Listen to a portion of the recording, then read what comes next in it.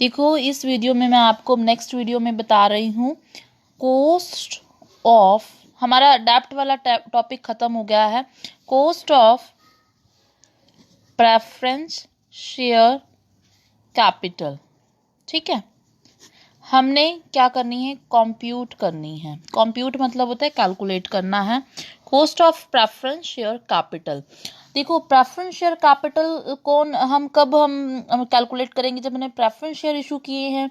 इनको देखो क्या होता है, इनको जो प्रेफरेंस शेयर वालों को रेगुलर डिविडेंड देना पड़ता है। ये बात तो हम सब जानते हैं कि इनको डिविडेंड जिस तरह से हमने अपना डिवेंचर होल्डर को क्या देना है, इंटरेस्ट देना है, वैसे ही कॉस्ट ऑफ कैपिटल जो हमारी प्रेफरेंस शेयर कैपिटल वालों को रेगुलर क्या देना है, डिविडेंड देना है, ठीक है। और इसमें क्या होता है कि फर्स्ट, ये जो पॉइंट बता रही हूँ ना, मोस्ट इंपॉर्टेंट है, अपने नोट्स में लिखना है। टैक्स इज नॉट कंसीडर, इसमें टैक्स को कंसीडर नहीं किया जाता है। पेपर में पूछ लेते हैं मोस्टली क्वेश्चन कि टैक्स को कंसीडर किस में किया जाता है, तो आपने लर्न करा, मैंने आपको बताया था ना, कॉस्ट ऑफ डीबी मतलब cost of tax, cost of मतलब कॉस्ट ऑफ डेब्ट आफ्टर टैक्स। तो टैक्स को किस में कंसीडर किया हमने, डिवेंचर होल्डर के को कैलकुलेट करते टाइम हमने कंसीडर किया है। बट कॉस्ट ऑफ अगर हमने प्रेफरेंस शेयर कैपिटल कैलकुलेट करें तो टैक्स को नहीं कंसीडर किया जाता। मैं बार बार बोल रही हूँ, ये मोस्ट इंपॉर्टेंट पॉइंट है। इसके अलावा preference share are issued at par, discount and premium. Preference जो शेयर होते हैं वो पार पर भी, डिस्काउंट पर भी एंड प्रीमियम पर भी इशू किए जाते हैं। ओके अब देखो, अगर हमने क्या करा है, प्रेफरेंस शेयर्स को हमने किस पर इशू किया है, पार पर इशू किया है। तो इसका मतलब, मैंने याद हो तो कल आपको क्या बताया था ना नेट प्रोसीड क्या होती है। नेट प्रोसीड क्या होती है, अगर हमने खर्चा कुछ किया है हम प्रीमियम को इसमें क्या कर देते हैं, अगर हमारा जो प्रिंसिपल अमाउंट है उसमें प्रीमियम को ऐड कर देते हैं, डिस्काउंट को अगर लेस करेंगे तो हमारा ये क्या निकल आएगा, नेट प्रोसीड निकल आएगी।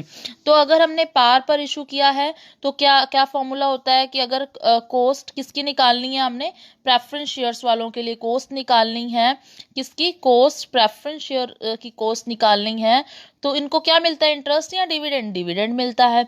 Dividend divided by proceed, net proceed नहीं, प्रोसीड या प्रिंसिपल अमाउंट, जितने के हमारे क्या है, हमारे डिविडेंड है, मल्टीप्लाई बाय 100।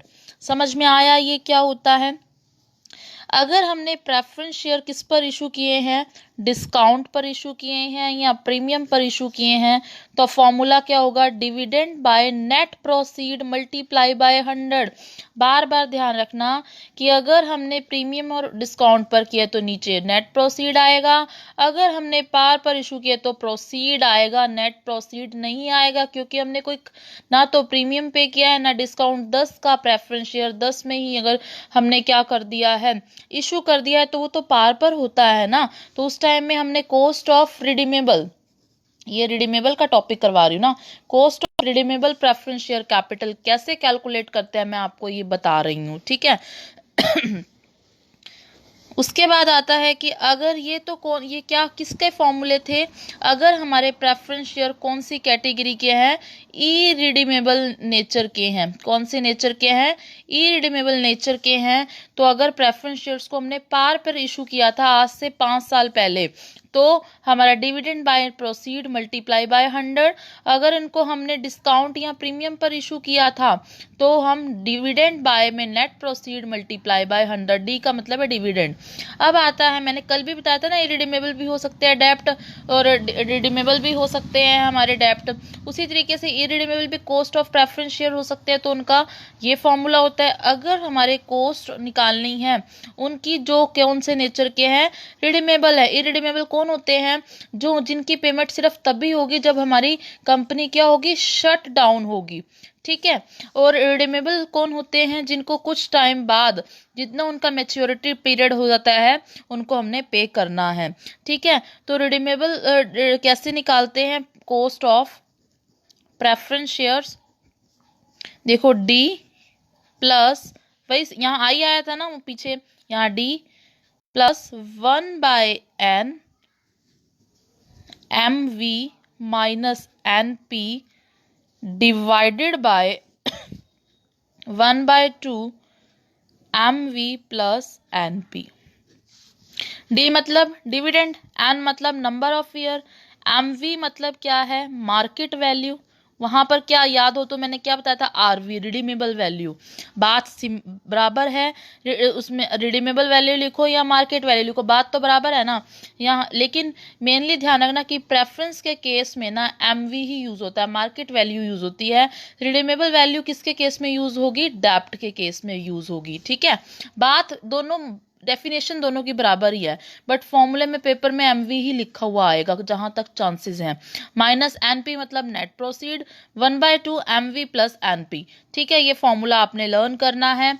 किस तरह से हमने कॉस्ट ऑफ रिडीमेबल डेप्ट प्रेफरेंस शेयर्स निकालने हैं, किस तरह से हमने इरिडीमेबल के केस में निकालना है, किस तरह रिडीमेबल के केस में निकालना है। इसमें टैक्स कंसीडर नहीं होता, पावर और डिस्काउंट पर प्रेफरेंस शेयर इशू किए जा सकते हैं, इनको रेगुलर डिविडेंड मिलता है। ठीक है।